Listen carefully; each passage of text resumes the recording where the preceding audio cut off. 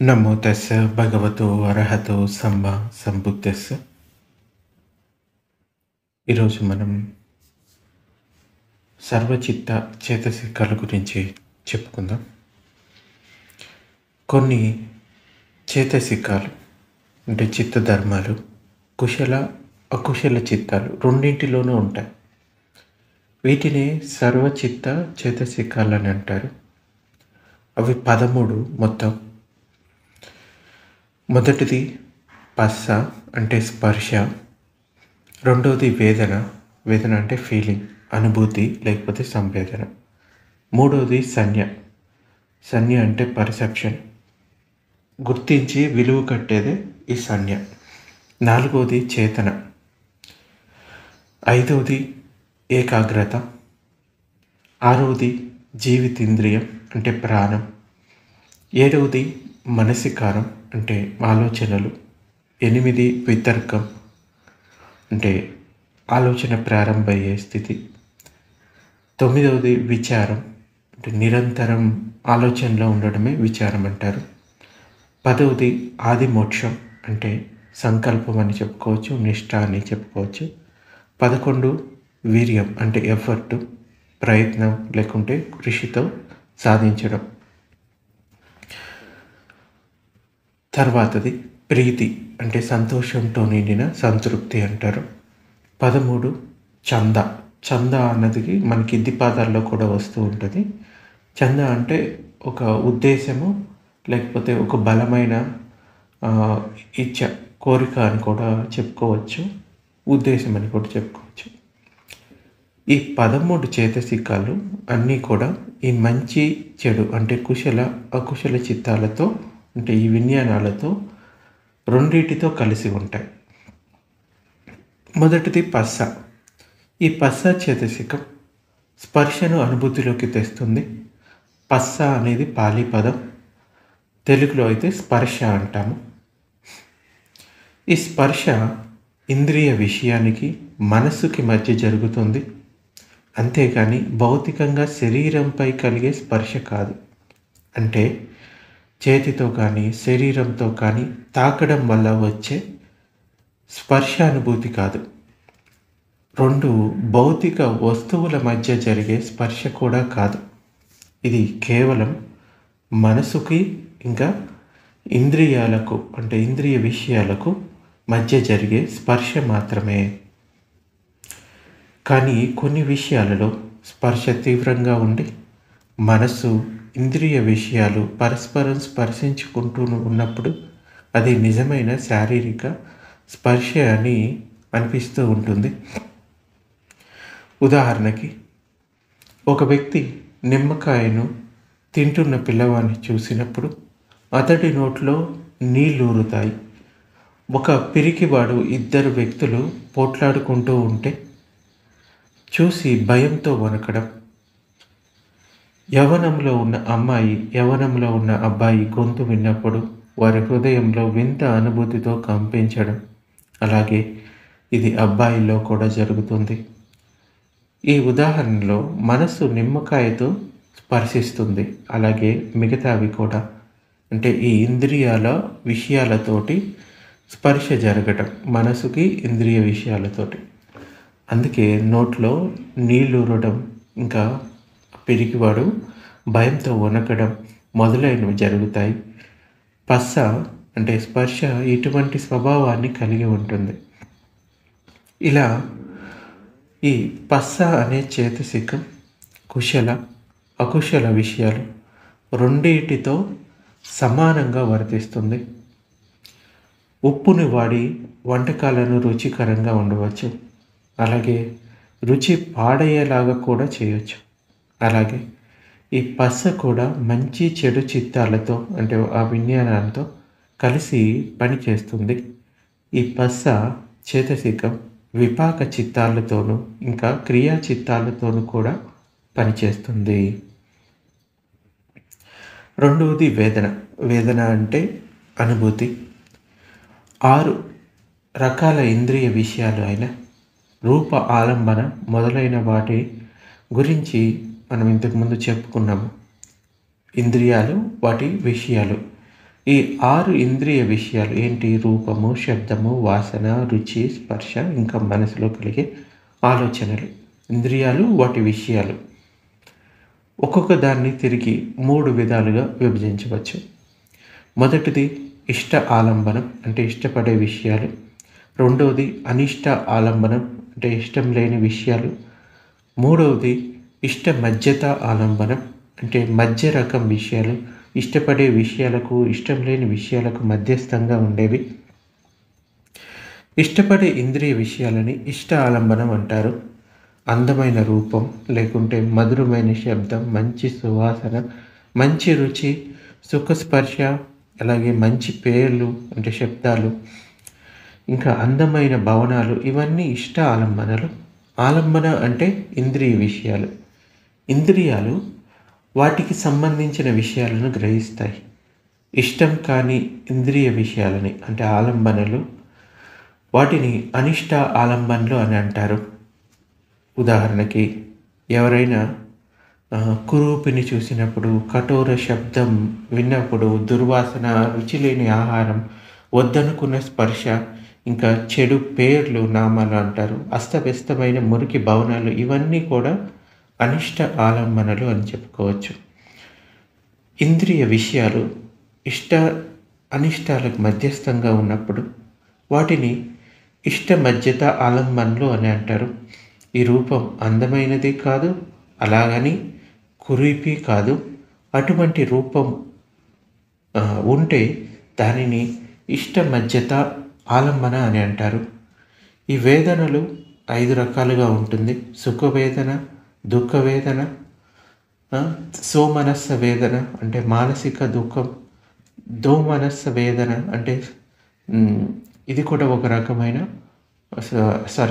సోమనస్స అంటే మానసిక సుఖం, దోమనస్స అంటే మానసిక దుఃఖం. 5వది ఉపేక్ష. సుఖవేదన అంటే ఇష్టపడే విషయాల పట్ల ఒక రకమైన అభిరుచి ఉంటుంది. ఈ అభిరుచిని ఇష్టపడుతూ ఆనందిస్తూ ఉండే అనుభూతిని సుఖవేదన అంటారు. దీనినే సోమనస్స వేదన అని కూడా అంటారు. ఎందుకంటే మంచి రుచిని అనుభవిస్తున్నప్పుడు ఆనందం, సుఖం అనుభూతిలోకి వస్తుంది. దీనినే ఆనంద అనుభూతి అంటారు, అంటే సోమనస్సం అని కూడా అంటారు. ఇంద్రియ సుఖాలు అనుభవిస్తూ ఉన్నప్పుడు కూడా ఈ ఆనంద అనుభూతి అంటే ఈ సోమనస్స వేదన ఉంటుంది. అలాగే భక్తి భావన కలిగించే విషయాలలో, రూపాలలో, ధర్మ ప్రవచనాలు మొదలైన వాటిలో ఈ సుఖవేదన ఉంటుంది. రెండవది దుఃఖవేదన. ఇష్టపడిన విషయాల పట్ల అయిష్టం కలుగుతుంది. ఇటువంటి అయిష్టమైన ఇంద్రియ విషయాలు అనుభూతిలోకి వచ్చినప్పుడు బాధాకరమైన అనుభూతి కలుగుతుంది. దీనిని దుఃఖ వేదన అని అంటారు. దోమనస్స వేదన అని కూడా అంటారు. దోమనస్స వేదనలో ద్వేష చేతసికాలు కలిసి ఉంటాయి. అప్పుడు మనసులో శోకం, పరిదేవనం అంటే ఏడవటం, పెడబొబ్బలు పెట్టడాన్ని పరిదేవనం అంటారు.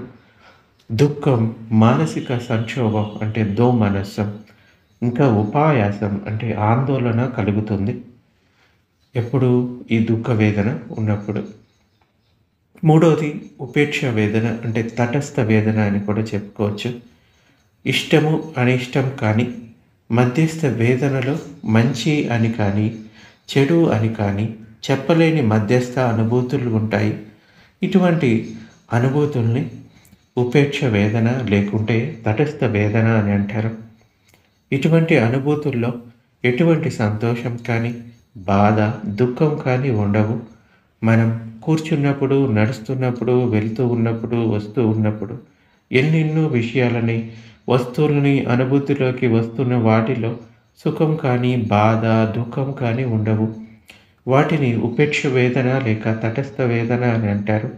ఈ వేదన విషయాలని అనుభూతిలోకి తెచ్చుకోవడం అనేది సోమనస్సం లేక దోమనస్సం అంటే ఎలాంటి మానసిక స్థితిలోనైనా జరుగుతూ ఉంటుంది. మనస్సు మంచి విషయాలు, చెడు విషయాలు రెండింటిని అనుభూతిలోకి తెచ్చుకొని వాటికి తగ్గ మానసిక స్థితిని పొందుతూ ఉంటుంది. తర్వాతది సంజ్ఞ. దీన్నే గుర్తించే జ్ఞానం అని, గ్రహింపు జ్ఞానం అని కూడా చెప్పవచ్చు. కొత్తగా తెలుసుకున్న విషయాన్ని గ్రహించి గుర్తుపెట్టుకునేదే సంజ్ఞ. ఇలా గ్రహించిన విషయాన్ని తనలో దాచిపెట్టుకొని అవసరం కలిగినప్పుడు గుర్తుకు తెచ్చుకుంటుంది. పిల్లలకు ఈ మనిషి నీ తండ్రి అని చెప్పినప్పుడు పిల్లలు దానిని గ్రహించి వారి జ్ఞాపక శక్తిలో దాచిపెట్టుకుంటారు. అలాగే పిల్లలు విమానాన్ని చూసినప్పుడు వారు తమ సంజ్ఞలో ఇది విమానమని గ్రహించేవారు జ్ఞాపకాలలో ఇది విమానమని దాచిపెట్టుకుంటారు. ఇది విమానం, ఇది దాని రెక్కలు మొదలైనవి అని గుర్తుంచుకుంటారు. ఏదైనా తెలియని కొత్త ప్రాంతానికి వెళ్ళినప్పుడు వాళ్ళు చూసినదంతా గ్రహించి గుర్తుపెట్టుకుంటారు. పిల్లవాడు ఒక వ్యక్తిని తన తండ్రిగా తెలుసుకొని ఆ సమయానికి అతడు తన తండ్రి అని తెలుసుకుంటాడు. ఆ తర్వాత కూడా ఆ వ్యక్తిని తన తండ్రిగా జ్ఞాపకం పెట్టుకుంటాడు. ఎప్పుడు ఆ వ్యక్తి కనిపించినా అతడు తన తండ్రి అని గుర్తిస్తాడు. కాబట్టి సంజ్ఞ 2 రకాలుగా పనిచేస్తుంది. గుర్తించడం, ఇంకా అలాగే జ్ఞాపకం పెట్టుకోవడం. సంజ్ఞకు ప్రజ్ఞకు తేడాలు ఉన్నాయి. ఏదైతే సత్యమైందో దానినే ప్రజ్ఞ గుర్తుపడుతుంది. కానీ సంజ్ఞ సత్యం అసత్యమైన 2 విషయాలని గుర్తుపడుతుంది. ఈ మిథ్యా సంజ్ఞ ఉన్నప్పుడు రాత్రిపూట చీకటిలో చెట్టును చూసి దయ్యమని భ్రమింపచేస్తుంది, తాడుని పాముగా భ్రమింపబడుతుంది. ఇప్పుడు అంటే ఇది తప్పుడు గుర్తింపు అన్నమాట. విషయాలను ఉన్నది ఉన్నట్లుగా గుర్తించలేదు ఎప్పుడు మిథ్యా సంజ్ఞ ఉన్నప్పుడు.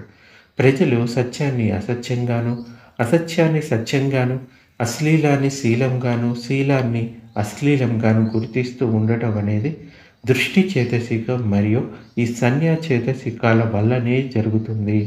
ఎవరిలోనైతే ఇటువంటి మిథ్యా సంజ్ఞ ఉంటుందో అటువంటి వారిని మార్చడం అన్నది చాలా కష్టం. ఈ సంజ్ఞకు ఒక పరిధి ఉంటుంది. అదేంటంటే సంజ్ఞలో తప్పుని ఒప్పుగా గుర్తించడం అనేది చాలా ఎక్కువ ప్రమాణంలో జరుగుతుంది. ఇది వారి మిథ్యా దృష్టి వల్ల, లేకుంటే తృష్ణ వల్ల, కామం వల్ల అసత్యమైన దానిని సత్యమైన దానిగా గుర్తిస్తూ ఉంటుంది. దాని కారణంగా ఆ వ్యక్తి భవ సంసారంలో దీర్ఘకాలం తిరిగాడాల్సి వస్తుంది. ఉదాహరణకు మనుషులు తమ మలాన్ని చూసి అసహ్యించుకుంటారు, కానీ క్రిములు మలాన్ని మంచి ఆహారంగా గుర్తిస్తాయి. అలాగే రాబందులు కుళ్ళిన శవాల మాంసాన్ని ఆస్వాదిస్తాయి. బుద్ధులు లేకుంటే అర్హంతులు మాత్రమే అసలు నిజాన్ని, సత్యమైన స్వభావాన్ని గ్రహించగలరు. వారు మాత్రమే ఇంద్రియ సుఖాలు అసహ్యకరమైనవి, విసుగు కలిగించేవి అని అర్థం చేసుకుంటారు. కానీ సామాన్య ప్రజలు ఇంద్రియ సుఖాలు అనుభవించడానికి ఎంతో ఆరాటపడుతూ ఉంటారు. వాటిని పొందడానికి ఎంతకైనా తెగిస్తారు. సత్యాన్ని గ్రహించలేనందువల్లనే వీరు ఇలా ప్రవర్తిస్తూ ఈ భవచక్రంలో తిరుగుతూ ఉంటారు. వీరిలో సంజ్ఞ అసలు సత్యాన్ని గ్రహించలేకపోవడం వల్లనే వారు గ్రహించిందే సత్యమైనది అని భ్రమలో ఉంటారు. అందుచేత ఈ సంజ్ఞను సరిగ్గా అర్థం చేసుకోవాలి. మిథ్యా సంజ్ఞను తీసేయాలి. అక్కడ ప్రజ్ఞను బలోపేతం చేసుకోవాలి. తర్వాతది చేతన, వైలేషన్ అంటారు. అంటే ఉద్దేశము అని కూడా చెప్పుకోవచ్చు, ఇంటెన్షను. చిత్తంలో కలిసి ఉన్న చేతసికాలను ఆలంబనం వైపునకు, అంటే ఇంద్రియ విషయం వైపునకు ప్రేరేపించే శక్తినే చేతన అంటారు. విల్ పవర్ అని కూడా చెప్పుకుంటారు. చిత్తం ఏదైనా విషయాన్ని గ్రహిస్తూ ఉన్నప్పుడు స్పర్శ ఆ విషయాన్ని తాకుతుంది. స్పర్శ అంటే సంజ్ఞ దానిని గుర్తించి విలువ కడుతుంది. అప్పుడు వేదన దానిని అనుభవిస్తూ అనుభూతిలోకి తెచ్చుకుంటుంది.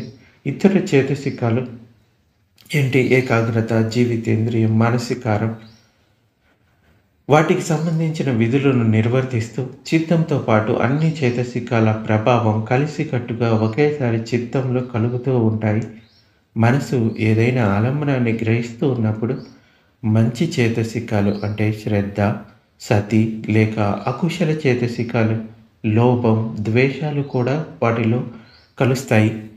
చిత్తం చేతసికాలతో కలిసి ఆలంబనాన్ని గ్రహిస్తూ ఉన్నప్పుడు అన్ని చేతసికాలు వాటి వాటి విధులను కలిసికట్టుగా నిర్వహిస్తూ ఉంటాయి. ఏ ఒక్క చేతసికం కూడా తన విధి నిర్వహణలో వెనుకబడి ఉండకూడదు. అన్ని చేతసికాలు చిత్తంతో పాటు ఆలంబనాన్ని పూర్తిగా గ్రహిస్తూ దానిని అంటిపెట్టుకొని ఉంటాయి. ఈ పనిని అజమాయిషీ చేసే శక్తి వల్లే చిత్తము ఇంకా చేతసికాలు ఎప్పుడు ఆలంబనాన్ని గ్రహించాల్సి వచ్చిన కలిసికట్టుగా గ్రహించే పనిని నిర్వహిస్తాయి. ఇలా అజమాయిషీ చేసే శక్తినే చేతన అని అంటారు. ఆలంబనాన్ని గ్రహిస్తున్న పని జరుగుతున్నప్పుడు చిత్తము చేతసికాలు అన్నీ కలిసి ఒక సంఘంగా తయారవుతాయి. ఈ సంఘంలో చిత్తము అంటే విజ్ఞానము అధ్యక్షుడు అని చెప్పుకోవచ్చు. ఈ చేతసికము దానికి సెక్రటరీ అని చెప్పుకోవచ్చు. సంఘంలోని సెక్రటరీ సాధారణంగా తీరిక లేకుండా చాలా కష్టపడి పనిచేస్తాడు. అతడు ఇతర సంఘ సభ్యులను వారి విధుల్ని నిర్వర్తించడంలో అలసత్వం కూడదని హెచ్చరిస్తూ వారి విధులను నిర్వర్తింపచేస్తూ తాను కూడా తన నిధుల్ని చక్కగా నిర్వర్తిస్తూ సంఘ అభ్యుదయానికి పాటుపడుతూ ఉంటాడు. సరిగ్గా ఇలాగే చిత్తం చేతసికాలు కలిసి విషయ ఆలంబనను గ్రహించేటప్పుడు జరుగుతూ ఉంటుంది. కాబట్టి సెక్రటరీకి ఇతర సంఘ సభ్యుల కంటే రెట్టింపు బాధ్యత ఉంటుంది. ఈ చేతన కూడా ఇలాంటి అదనపు బాధ్యతతో కృషి చేస్తూ ఈ చిత్తాన్ని అంటే విజ్ఞానాన్ని దానిలోని చేతసికాలను అజమాయిషీ చేస్తూ విషయ ఆలంబనాన్ని పూర్తిగా గ్రహించే వరకు ఆలంబనాన్ని అంటిపెట్టుకునేటట్లుగా ఆధిపత్యం వహిస్తూ తన విధులను కూడా వాటితో పాటు నిర్వర్తిస్తూ ఉంటుంది. దీనిని ఇంకోలా చెప్పాలి అంటే యుద్ధ భూమిలో సైన్యాన్ని అజమాయిషీ చేసే సైన్యాధిపతిగా చేతన్ను పోల్చవచ్చు. కాబట్టి చిత్తంలోని ఈ ప్రేరేపించే శక్తి చేతన బలహీనంగా ఉంటే చిత్తం కూడా బలహీనంగా ఉంటుంది. దానితో పాటు ఇతర చేతసికాలు కూడా బలహీనంగా ఉంటాయి. అలా కాకుండా ఈ చేతన అన్నది బలంగా శక్తివంతంగా ఉంటే చిత్తము ఇతర చేతసికాలు కూడా శక్తివంతంగా ఉంటాయి. చిత్తం బలంగా ఉన్నప్పుడు శరీరం కూడా శక్తివంతంగా ఉత్సాహంగా ఉంటుంది. కాబట్టి విషయ ఆలంబనాన్ని గ్రహించడంలో ఈ చేతసికం పాత్ర ప్రబలంగా ఉంటుంది. ఈ చేతన్నే మనం కర్మ అనవచ్చు. అంటే చేతనహం బిక్కవే కమ్మం వదామి అని భగవానుడు అంటాడు. ఏదైతే చేతన ఉందో అదే కర్మ కింద మారుతుంది. ఇంటెన్షన్, ఉద్దేశం, దాన్నే చేతన అంటారు. ఒక వ్యక్తిని కొంతమంది కలిసి హత్య చేశారు అనుకోండి. ఇటువంటి దౌర్జన్య సంఘటనలో అందరూ కలిసి ఆ వ్యక్తిని గాయపరిచినప్పటికీ ఒక్కరిలోనే ఈ చేతన శక్తివంతంగా ఉండటం వల్ల దృఢ సంకల్పంతో క్రూరత్వంతో శక్తివంతమైన అనేక దెబ్బలు కొట్టి గాయపరచడం వలన ఆ వ్యక్తి మరణిస్తాడు. కాబట్టి గుంపులో శక్తివంతమైన దెబ్బలు కొట్టిన వ్యక్తే హత్యకు బలమైన కారకుడు. ఇలాగే చిత్తము ఇంకా చేతసికాలతో కలిసి ఒక గుంపుగా మారి ఏదైనా కర్మ చేస్తున్నప్పుడు అన్ని చేతసికాల్లోకి ఈ చేతసికమే చాలా బలంగా శక్తివంతంగా ఉంటుంది. కాబట్టి ఏ కర్మ చేయాలనుకున్నా దానిని చేతసికమే కారణమవుతుంది దానికి. అందుకే భగవానుడు ఇలా చెప్తాడు, భిక్షువులారా ఈ చేతన కర్మనే అంటే చేతన్నే కర్మ అని నేను చెప్తున్నాను అని. ఏదైతే ఉద్దేశం ఉందో అదే కర్మ కింద మారుతుంది. చేతసికం బలంగా ఉన్నప్పుడు కర్మ కూడా శక్తివంతంగా ఉంటుంది. ఈ చేతన బలహీనంగా ఉన్నప్పుడు కర్మ కూడా బలహీనంగానే ఉంటుంది. తర్వాతది ఏకాగ్రత. చిత్తాన్ని ఒకే విషయ ఆలంబనంపై నిరంతరంగా నిలపడాన్ని ఏకాగ్రత అని అంటారు. ఏకాగ్రత ఒక నిశ్చలమైన ప్రశాంత స్థితి. దానిని సమాధి అని కూడా అంటారు. ఈ చిత్తం అంటే విజ్ఞానం, కాన్షియస్‌నెస్ ఏదైతే ఉందో అది ఆలంబనాన్ని గ్రహిస్తూ ఉన్నప్పుడు ఏకాగ్రత పనిచేస్తూ ఉంటుంది. అప్పుడు ఏకాగ్రత నిశ్చలంగా ఉందని అంటాము. గాలి లేని చోట దీపం జ్వాల నిశ్చలంగా ఉన్నట్లు ఉంటుంది. ధ్యాన సాధన చేస్తున్నప్పుడు మనసు ఒక ఆలంబనం అంటే ధ్యాన వస్తువు. దానిపై దీర్ఘకాలం నిరంతరంగా నిలువగలిగినప్పుడు సమాధి కుదురుతుంది అంటారు. లేదా సమాధి బలపడింది అని అంటారు. సమాధి బలంగా ఉన్నవారికి ప్రశాంతత, ఆలోచనలో నిలకడ, మాటల్లో చేస్తున్న పనుల్లో నెమ్మది కలుగుతాయి. అతడి నడవడి సక్రమంగా ఎలాంటి దోషం లేకుండా ఉంటుంది. ఏకాగ్రత అతి అయితే అతడు ఒకే విషయంపై అతిగా లీనం కావడం లేదా నిమగ్నం కావడం జరుగుతుంది. ఇది కూడా మన మనసులోని ఒక చేతసికమే. తర్వాతది జీవితేంద్రియం, దాన్ని ప్రాణశక్తి అని కూడా అంటారు. చిత్తాలు ఇంకా చేతసికాలు ఈ రెండింటిని కలిపే మనం నామం అంటాం, అంటే మనస్సు అంటారు. ఆ మనసులోని ప్రాణశక్తిని జీవితేంద్రియం అని అంటారు. దీనివల్లే చిత్తాలు చేతసికాలు వాటి విధులను సక్రమంగా నిర్వర్తింపగలుగుతాయి. ఈ జీవితేంద్రియం అనబడే ప్రాణశక్తి లేకపోతే మనసు అసలు పనిచేయలేదు. ఈ జీవితేంద్రియం వల్లనే కర్మానుసారంగా చిత్తాలు ఇంకా చేతసికాలు ఉత్పన్నమవుతూ ఉంటాయి. శరీరంలోని చైతన్యం కూడా ఈ జీవితేంద్రియం వల్లే కలుగుతుంది. కాబట్టి మనసులోని జీవితేంద్రియాన్ని నామ జీవితేంద్రియమని, శరీరంలోని జీవితేంద్రియాన్ని రూప జీవితేంద్రియం అని అంటారు. ఈ రెండు జీవితేంద్రియాలను కలిపి ప్రాణం అని అంటారు. ఇది తప్ప శరీరంలో ఆత్మ కానీ, లేకుంటే నేను, నాది అన్నది కానీ, అహంకారం లాంటివి కానీ ఏమీ లేవు. ఇవి ఉన్నాయని భ్రమ మాత్రమే కలుగుతూ ఉంటుంది. కానీ నిజానికి ఇలాంటివేమీ లేవు. తర్వాతది మానసికారం, దాన్నే అటెన్షన్ అని కూడా చెప్పుకోవచ్చు. ఏ విషయం పైనైనా ధ్యాస పెట్టడాన్ని మనసికారం అంటారు. ఏదో ఒక విషయాన్ని మనసులోకి తెచ్చుకోవడం దాని పని. అంటే బయట ఉన్న ఇంద్రియ విషయాలను మనసులోకి తెచ్చుకోవడం కాదు. మనసులో ఏదో ఒక ఆలోచనపై ధ్యాస పెట్టగలిగే శక్తి మనసికారం వల్లే కలుగుతుంది. దీనివల్లే మనసులో ఏదో ఒక విషయం నిరంతరంగా ఉంటుంది. కాబట్టి ఏదో ఒక విషయాన్ని మనసులోకి తెచ్చేదే ఈ మనసికారం. ఈ స్పర్శ అంటే పస్స నుండి మనసికారం వరకు గల 7 చేతసికాలు ఏంటంటే పస్స, వేదన, సంజ్ఞ, చేతన, ఏకాగ్రత, జీవితేంద్రియం, మనసికారం. ఎల్లవేళలా ఇవి అన్ని రకాల విజ్ఞానాలతో పాటుగా జీవిస్తూ ఉంటాయి. ఇతర చేతసికాలు అవేంటి? శ్రద్ధ, సతి, లోభం, ద్వేషం మొదలైనవి అవసరానికి తగ్గట్టుగా పైన చెప్పిన 7 చేతసికాలతో పాటుగా జనిస్తాయి.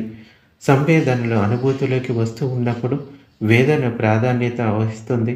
ఏదైనా జ్ఞాపకానికి తెచ్చుకోవాల్సి వచ్చినప్పుడు సంజ్ఞ ప్రాధాన్యత వహిస్తుంది. మంచి పనుల్లోనైనా చెడు పనుల్లోనైనా ఈ చేతసికం ప్రాధాన్యత వహిస్తుంది.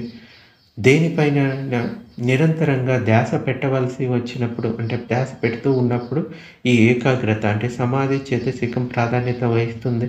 మిగిలిన 3 చేతసికాలు అవేంటి? పస్స, జీవితేంద్రియం, మనసికారం అంతగా ఎప్పుడు అవి ప్రాధాన్యత వహించవు. తర్వాతది వితర్కం. ఏ విషయం పైనైనా ఆలోచనను మొదలు పెట్టడాన్ని వితర్కం అంటారు. దాన్ని థింకింగ్ అని చెప్పవచ్చు. దీనిని రూపావచర ధ్యానంలో ప్రథమ ధ్యాన అంగంగా చెప్తారు. అంటే ధ్యాన సమాధులు ఉంటాయిగా, దాంట్లో వితర్కం, విచారం ఇవి మొదటగా వస్తాయి. చిత్తం ఆలంబనాన్ని చేరడానికి ఆయుక్తపరిచేది ఈ వితర్కం. ప్రయత్నపూర్వకంగా ఒక ఉన్నత ఆలంబనం వైపునకు చిత్తాన్ని ఆయుక్తపరుస్తూ సాధన మొదలుపెట్టినప్పుడు ఈ వితర్కం ధ్యాన అంగం అవుతుంది. వితర్కం అనేది 2 రకాలుగా ఉంటుంది.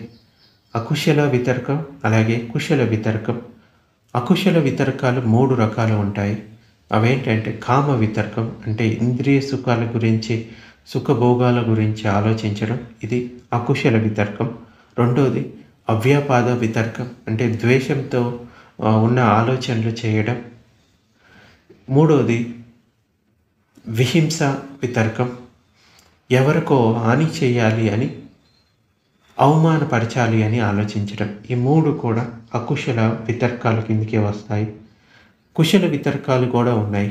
అవేంటంటే నిక్కమ వితర్కం, అంటే త్యాగం గుణాన్ని పెంచుకోవడం, నిష్క్రమించడం, అన్నిటినీ నిష్క్రమించాలి అని, సన్యసించాలి అని ఆలోచించడం నిక్కమ వితర్కం.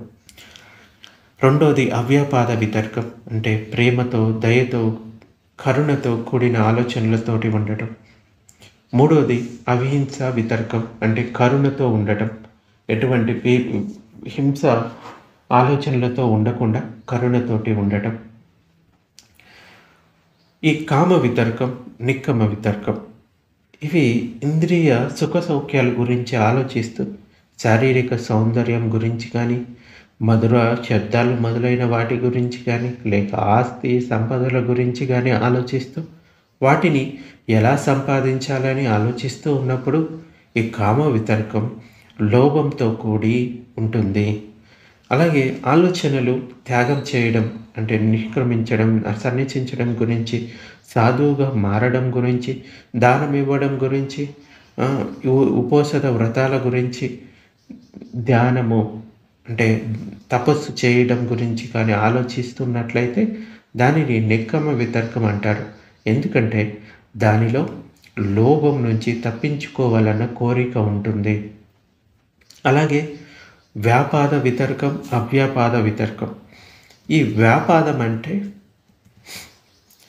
దురాలోచనలతో ఇతరులను నాశనం చెయ్యాలనుకోవడం, లేక ఇతరులను హత్య చేయాలి అనుకోవడం, ద్వేషంతో కూడిన ఆలోచనలని ఈ వ్యాపాద వితర్కం అంటారు, అంటే దురాలోచన అంటారు.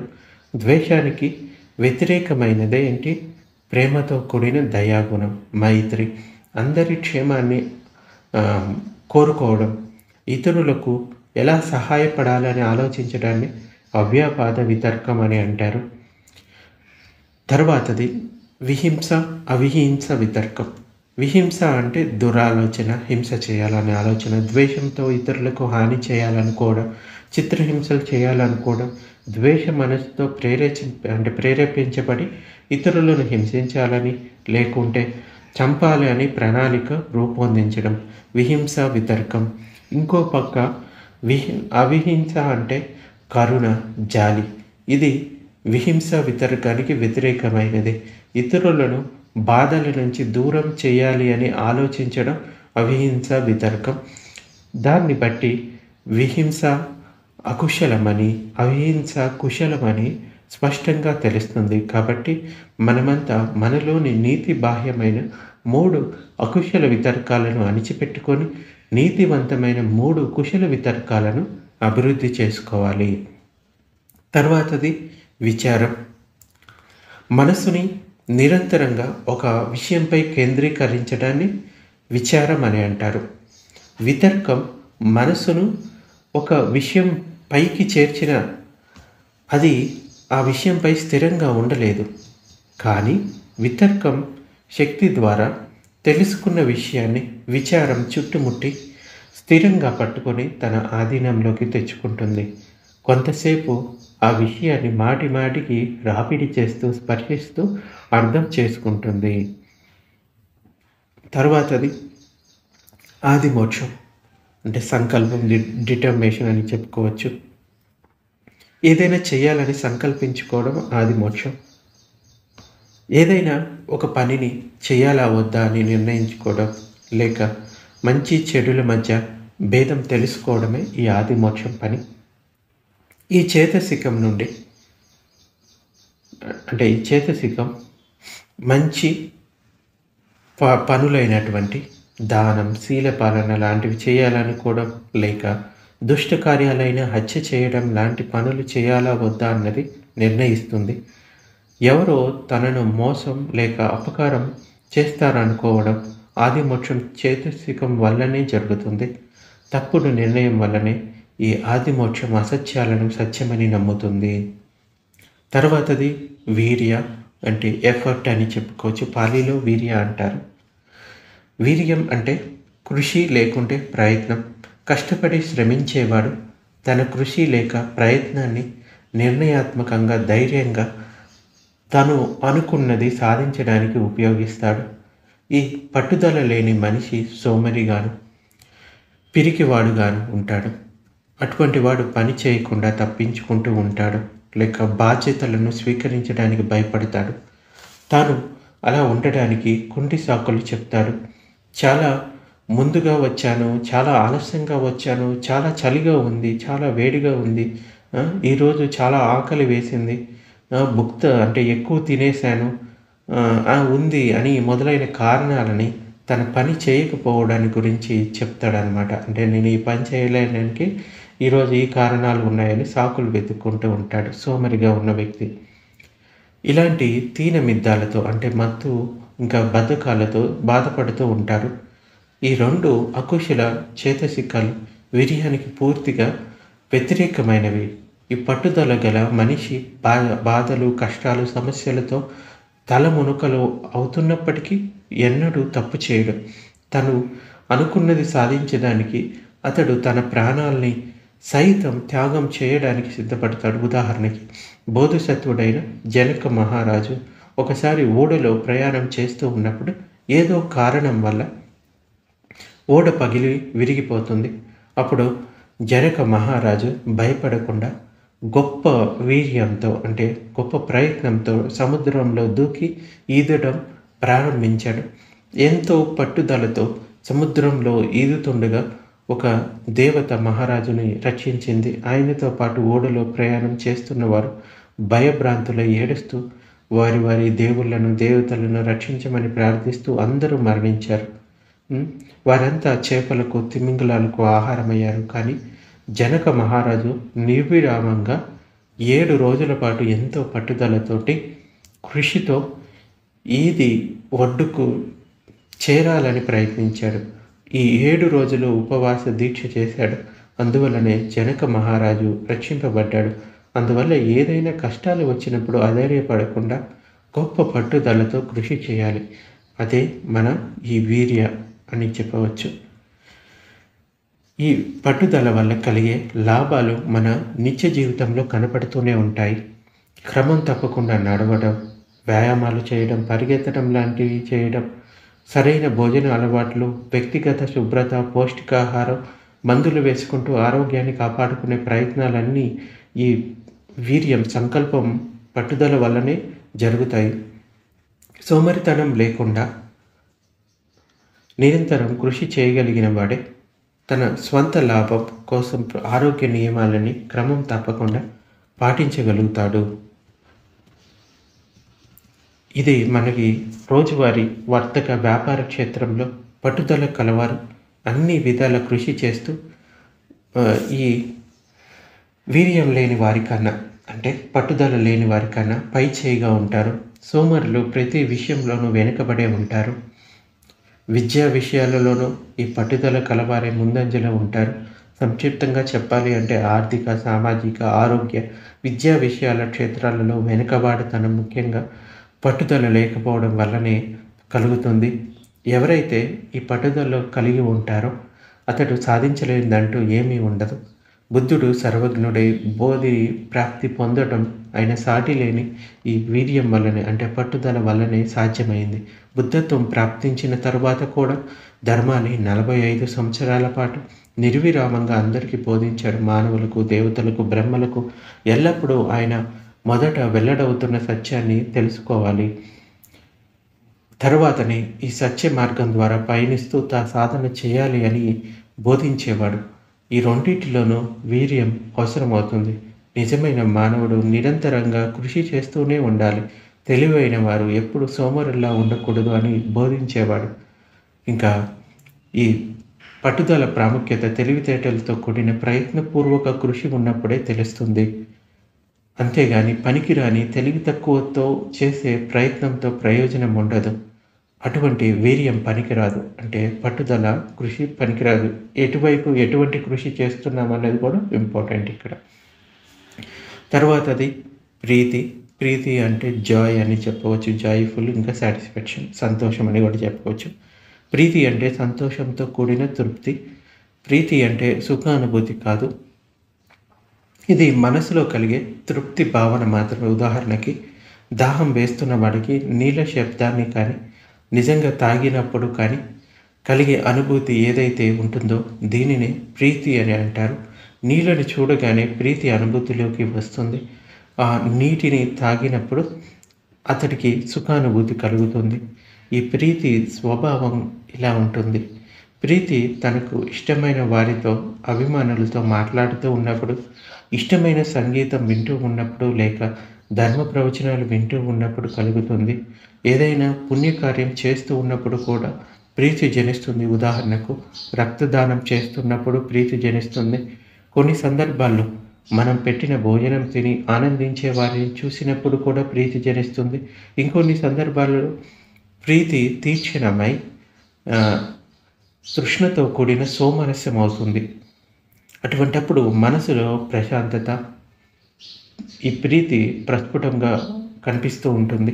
శరీరం చురుకుగా, హుషారుగా ఉంటుంది. ఎవరిలోనైతే తగినంత ఈ వీర్యం ఉంటుందో వారు తప్పక ఏదో ఒక రోజు తాము సాధించాలి అనుకున్నది సాధిస్తారు. అప్పుడు వారు తమ ప్రగతిని మళ్ళీ మళ్ళీ ఆలోచించుకుంటూ ఉంటే, పునరాలోచన చేసుకుంటూ, సాధించిన విజయాన్ని తలుచుకుంటూ ప్రీతిని, అనుభూతిని పొందుతారు. సర్వజ్ఞుడైన బుద్ధుడు అన్ని క్లేశాలను వదిలించుకొని బుద్ధత్వాన్ని పొందినప్పుడు బోధి వృక్షం కింద విజయ సింహాసనంపై కూర్చున్నాడు. అప్పుడు ఆయన మనసులో ఈ ప్రీతి రాజ్యం చేసింది. ఆయన లేచి తన విజయ సింహాసనాన్ని 7 రోజుల పాటు రెప్పవాల్చకుండా చూస్తూ నిలబడ్డాడు. సత్యపఠన ధ్యానంలో మునిగి ఉన్నప్పుడు, ప్రీతి అనుభూతిలోకి వచ్చినప్పుడు సాధన ఎక్కువ సమయం కొనసాగేలాగా చేస్తుంది. చివరిది ఛంద అంటారు. కోరిక, సంకల్పం, విల్. దీన్ని ఛంద అంటారు. నిజాయితీతో కూడిన కోరిక, సంకల్పాన్ని ఛంద అంటారు. దీనిలో ఆశతో కూడిన లోపం ఉండదు, అంటే రాగం ఉండదు. ఏదో ఒకటి చేయాలని లేక పొందాలి అనే కోరిక అన్ని ప్రాణుల్లోనూ కలుగుతుంది. ఉదాహరణకు, పసిపిల్లవాడికి తల్లి దగ్గరకు వెళ్ళాలని కోరిక కలిగినప్పుడు 2 చేతులు చాచి తన కోరికను తెలియచేయడం, ప్రయాణం చేయాలనుకోవడం, చూడాలని, వినాలని, తాకాలని, తెలుసుకోవాలని, అర్థం చేసుకోవాలని అనిపించడం, ఇలాంటి కోరికలు, సంకల్పాలు ఛందా కిందికే వస్తాయి. ఎవరికైనా అంటే నిబ్బాన ప్రాప్తి పొందాలి అని మంచి శిష్యుడిగా, ప్రధాన శిష్యుడిగా, బుద్ధుడిగా, లేకపోతే మహారాజుగా, ఐశ్వర్యవంతుడిగా, లేకుంటే ఒక దేవతగా, బ్రహ్మగా, భిక్షువుగా, సన్యాసిగా, దానం ఇవ్వాలని, శీలపాలన చేయాలని, మంచి పనులు చేయాలని మొదలైన కోరికలు కలగడం అన్నీ కూడా ఈ ఛంద పరిధికే వస్తాయన్నమాట. ఈ ఛంద స్ట్రాంగ్గా ఉందంటే వాళ్ళు ఆ మార్గంలో ముందుకు వెళ్ళగలుగుతారు. ఈ ఛంద బలహీనం నుంచి తీక్షణంగా ఎలాగైనా ఉండవచ్చు. బోధిసత్వుని కోరిక చాలా తీవ్రంగా ఉండి అతడు తన పారమితులను పూర్తి చేసుకోవడానికి తీవ్రమైన ప్రయత్నం చేశాడు. చివరికి బుద్ధత్వం పొంది తథాగతుడుగా మారాడు. ఎవరిలోనైతే తాను ఉన్నత స్థాయికి చేరాలని కోరిక ఉండదో అటువంటి వారిలో ఈ పట్టుదల లేని కారణంగా కష్టపడి పనిచేయరు. మనలో అటువంటి కోరిక జనింప చేసుకోవడానికి మొదట మనం కష్టపడి పనిచేయడం వల్ల కలిగే మంచి ఫలితాలను గురించి ఆలోచించాలి. అప్పుడు మనలో సంకల్ప శక్తి విడుదలై దాని ద్వారా ప్రయత్నించడం మొదలవుతుంది. ఈ ఛందాలో మొదటి మెట్టు ఆశ. ఏదో ఒక ఆశ లేకపోతే కోరిక జనించదు. ఊరికే సంకల్పించుకోవడం వల్ల కానీ, ఎవరినో ప్రార్థించడం వల్ల కానీ కోరిక తీరేది కాదన్న అవగాహన మనకి కలుగుతుంది.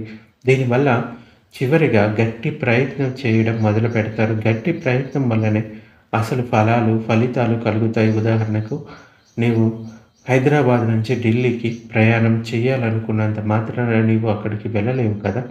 ఆ ప్రయాణానికి కావాల్సిన దారి ఖర్చులకు సరిపడా డబ్బు ఉండాలి. అంటే ఆ డబ్బుని సంపాదించాలి, లేకపోతే ఇదివరకే సంపాదించి ఉండాలి. డబ్బు సంపాదించడానికి ప్రయత్నం చేయాలి, అంటే పని చేయాలి. ఇదే వీర్యం అంటే పట్టుదల, కృషి. అలాగే ఒకవేళ నీవు నిబ్బాన ప్రాప్తి పొందాలి అనుకుంటే, లేక అర్హంతుడివి కావాలనుకుంటే, బోధి జ్ఞానం పొందాలి అనుకుంటే, దానికి కావాల్సిన పుణ్యగుణాలను సంపాదించి పరిపూర్ణం చేసుకోవడానికి కష్టపడి పని చేయాలి, కృషి చేయాల్సి ఉంటుంది. దానికి కావాల్సిన ఉత్సాహం మరియు శక్తిని జనింప చేసుకోవాలి. అలాగే సమాజంలో ఎవరైతే ఉన్నత స్థాయిలో ఉన్నారో వారు సామాన్యులైన లేక మత ప్రవక్తలైన వారేమి అన్ని శక్తులు సామర్థ్యాలు గల స్వర్గం నుండి దిగి వచ్చిన దేవతలేమీ కారు. వారు కూడా మామూలు మనుషులే. వారంతా తాము అనుకున్నది సాధించడానికి గొప్ప పట్టుదలతో అంటే కష్టపడి ప్రయత్నం చేయడం వల్లనే సాధ్యమవుతుంది. మనిషిగా జన్మించే అవకాశం చాలా అరుదుగా లభిస్తుంది. కాబట్టి నిన్ను నువ్వు సంస్కరించుకోవాలి అన్న కోరిక నీలో లేకపోతే నువ్వు సోమరిగా దేని మీద శ్రద్ధ లేకుండా అసమర్థుడిగా ఉండిపోయి ఒక పశువులాగా జీవిస్తావు. మనసారా కోరుకునే ఈ చందా వల్లనే నీవు ఉన్నత స్థితిని పొందడానికి ఒక మార్గాన్ని నీవు కనుగొనగలుగుతావు. అట్టి ఉన్నత స్థాయిని పొందడానికి మంచి ఆశ మరియు చందా అనే ఈ 2 గుణాలు నీలో జనింప చేసుకోవడం తప్పనిసరి. ఎవరిలోనైతే నిజమైన కోరిక ఉంటుందో వారు సాధించలేనిదంటూ ఏదీ ఉండదు. ఆశ ఫలవంత సుఖ అని నిజాయితీ గల కోరిక తీరడానికి ఎవరైతే గట్టి ప్రయత్నం చేస్తారో వారికి మంచి ఫలితాలు ఇంకా సంతోషం కలుగుతాయి. ఈరోజు మనం ఈ 13 చేతసిక్కాల గురించి చెప్పాం. ఈ చేతసిక్కాలు ఉప్పు లాంటివి. అంటే వీటితో ఆహార పదార్థాల రుచి పెంచవచ్చు లేక రుచిని పాడు చేయవచ్చు. ఈ చేతసిక్కాలు కుశల అకుశల చిత్తాలతో కలిసి ఉంటాయి. కుశల మార్గంలో ఉన్నవారు వారు ఈ చంద వీర్య అనే చేతసిక్కాలను అభివృద్ధి పరచుకొని ఉన్నత స్థాయిని పొందవచ్చు. నా భవిష్యత్తు జన్మల్లో నా సమయాన్ని మంచి పనులు చేస్తూ అంటే సమ్మ చంద సమ్మ వీర్యతో ఉండాలని సంకల్పించుకోవచ్చు.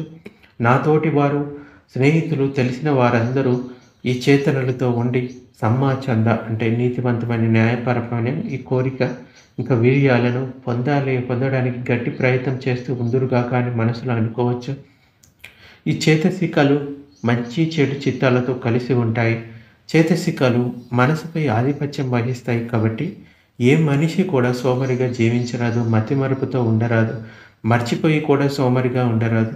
నీకు నిబ్బాన ప్రాప్తి కలగాలని మనసులో దృఢ సంకల్పం చేసుకో.